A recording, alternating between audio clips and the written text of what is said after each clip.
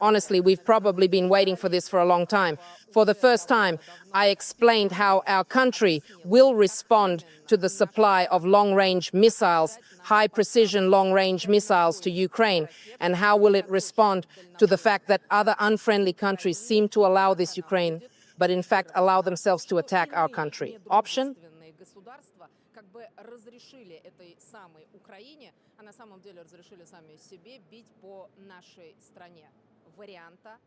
Answers 2, 1 asymmetric. It can be said that he is the same terrible sensation. And both answers are quite terrible, but not for us, but for them. So one option is to start supplying the same long-range, high-precision missiles, but only of better quality, because they are Russian to countries. In turn, they are ready to attack.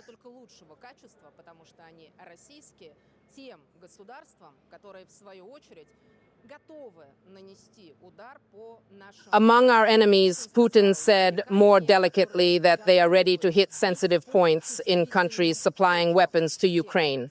But we can assume that, of course, we are also talking about countries that are ready to attack with Sheish.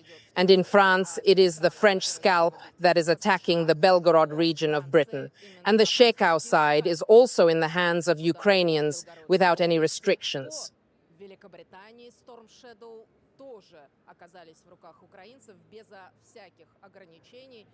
Let's say we're in the same Germany, and you won't believe the news agency's tape. I don't know, what a crazy coincidence. Or maybe we didn't just say it, but we already did it on the tape of the American news agency. The news confirmed that the Russian Federation was preparing to conduct exercises in the Caribbean, where it was said that Moscow's information was not there.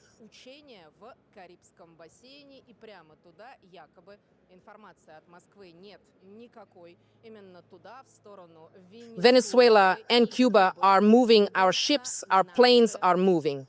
Well, that is, they're talking about exercises. But you and I understand that in this way, Venezuela, for example, Cuba can be the country where we put long-range, high-precision weapons to understand that in '62, this is how the Caribbean crisis was resolved, when the Americans suddenly found out for themselves what in response to their supply. More precisely, Turkey did not supply missile weapons, but deployed Turkish missiles that could end up in Moscow, and we shipped our missiles to Cuba, so maybe in these very bins right now.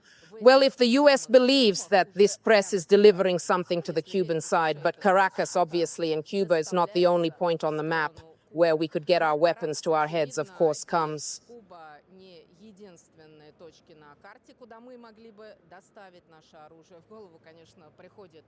Tourists said that Yemen is, of course, the Houthis' idea, but of course North Korea is the idea. Today I went to North Korea, but there was also a train from our country on the train. But how do we know the details, as they say? No, but this is one answer. Again, I will say asymmetric 2 is more classic, traditional. This is a nuclear strike, of course. Once we realize that existentialism has emerged, we will have nowhere to dress.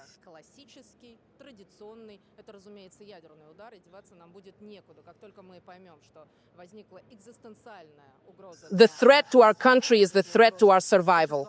We will be forced to carry out this nuclear strike. Putin said, you know, the nuclear stick, I never wave it, but I never bluff at the same time. Remember?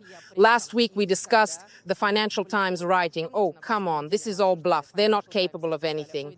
Putin said, no, this is not a bluff. We are not threatening. But if you force Russia, then Russia will give.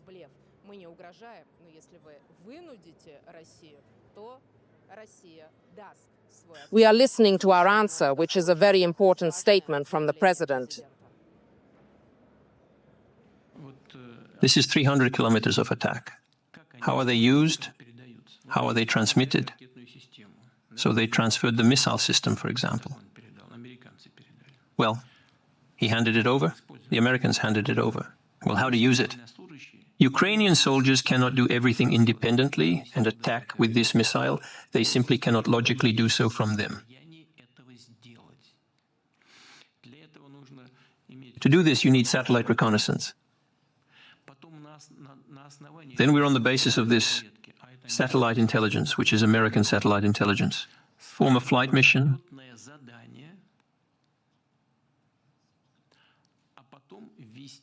and then introduce its missile system. And here are the soldiers who are next to him. He does it automatically, pressing buttons. He might not even know what's going to happen there. What can Ukrainian soldiers participate in? Not those who sit and press buttons, but at a higher level in target selection.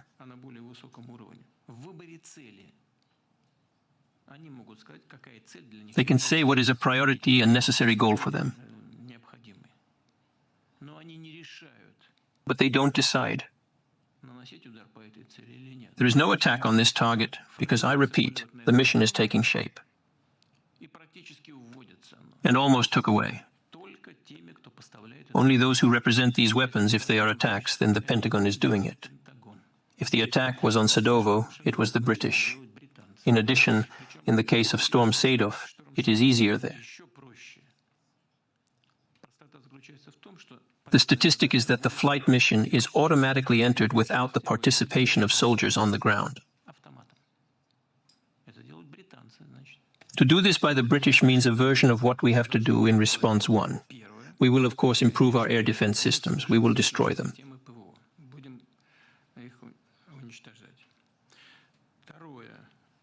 Do. We're thinking about it. If someone thinks it is possible to supply such weapons to war zones, to attack our territory and cause problems for us, why do we not have the right to supply our weapons of the same kind to those parts of the world where sensitive targets in those countries will be attacked?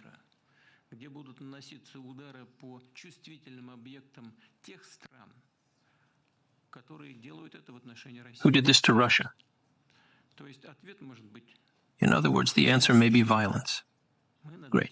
If we see these countries involved in the war against us, and this is their direct participation in the war against the Russian Federation, we will eventually think about it.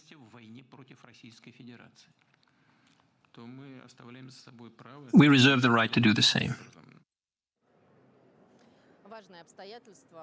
The important situation of the recipients of these words is that they have heard, reacted, and commented on the statement of the Russian president. Of course, I'm talking about U.S. President Biden, who was asked about these words today. But later, let's start with our president and another sacramental statement. Putin said, "You idiots," I'm sorry, how to understand, and hit the table with his fist.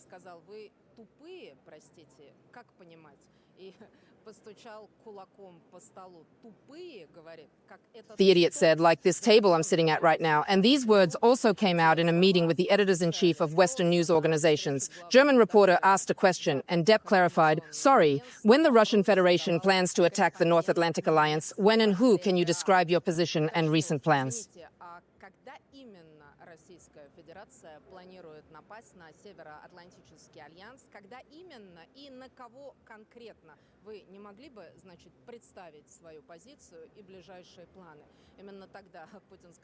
At that time, Putin said, "Of course, we have no intention of attacking anyone, and all the endless screams are coming. They are now from literally every European and American iron. Putin is ready to fight, and he is ready to fight now. Or maybe sometimes they think he'll be ready in 2 years, about 2 years. That's Rob Bauer's exact wording. We say we analyze the action. 2 года – это точная формулировка от Роба Бауэра. Мы, говорит, проанализировали действия Москвы и КПД. Moscow and the efficiency of Russian military industry. In 2 years, Putin will indeed be ready to attack the alliance. Earlier, Scholz argued that in 5 years. Well, that is to say, we see Putin obviously accelerating in 10 years, they said before, in 5 years. Now, 2 years later, Putin said, "No, calm down, we're not listening to this nonsense."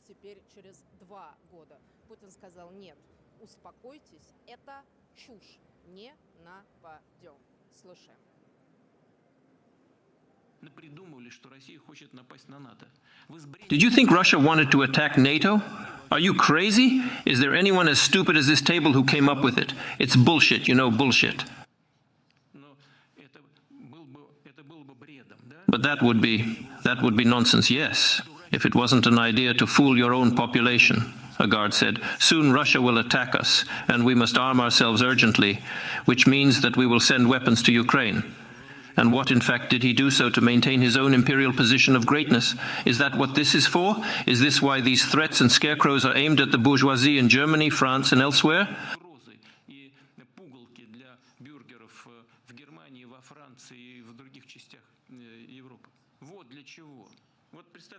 Europe, what do you think we are doing in Canada now? What do the United States do on our doorstep, here in Russia, Ukraine, or in Mexico?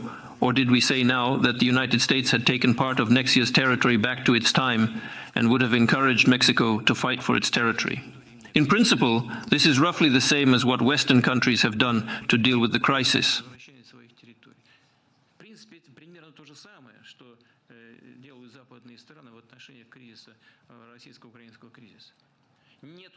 Russia has no Ukraine crisis. We have imperial ambitions.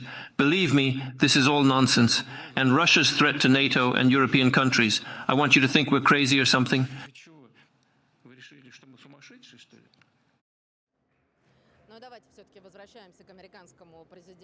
But let's go back to US President Joe Biden every time we have to mention age.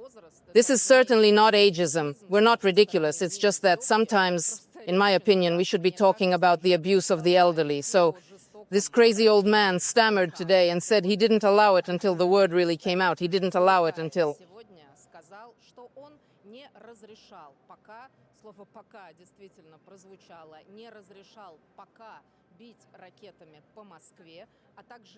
missile strikes against Moscow, and you are not allowed to strike the Kremlin as soon as you hear this reasoning. But first of all, if so far, then one is talking about this topic, thinking, analyzing the situation, but it's also hard to imagine the president of our country coming out and saying, we're not going to kill the capital yet, but that's still there.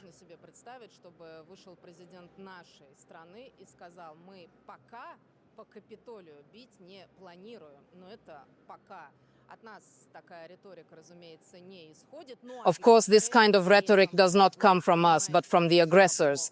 At the same time, as you know, Biden also outlined the distance that missiles can strike our country anyway.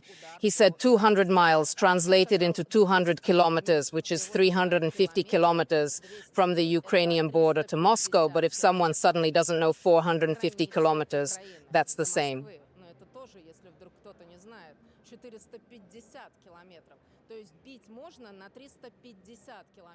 That is to say, you can hit 350 kilometers, but you can't talk about Moscow. In other words, you can go to the Moscow region. So the only conclusion that comes to mind is that the red lines really no longer exist. No one has them at all.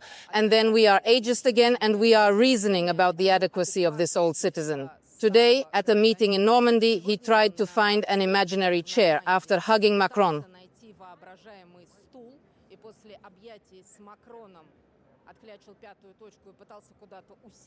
I turned off 5 points and tried to sit somewhere. It looked rather strange. Speaking of Moscow, the Kremlin strikes in Ukraine, he said he had known Putin for 40 years and Putin was worried about him. Of course, here he knows Putin for 40 years and Putin worked in the German intelligence service in Dresden for 40 years when Pedam was.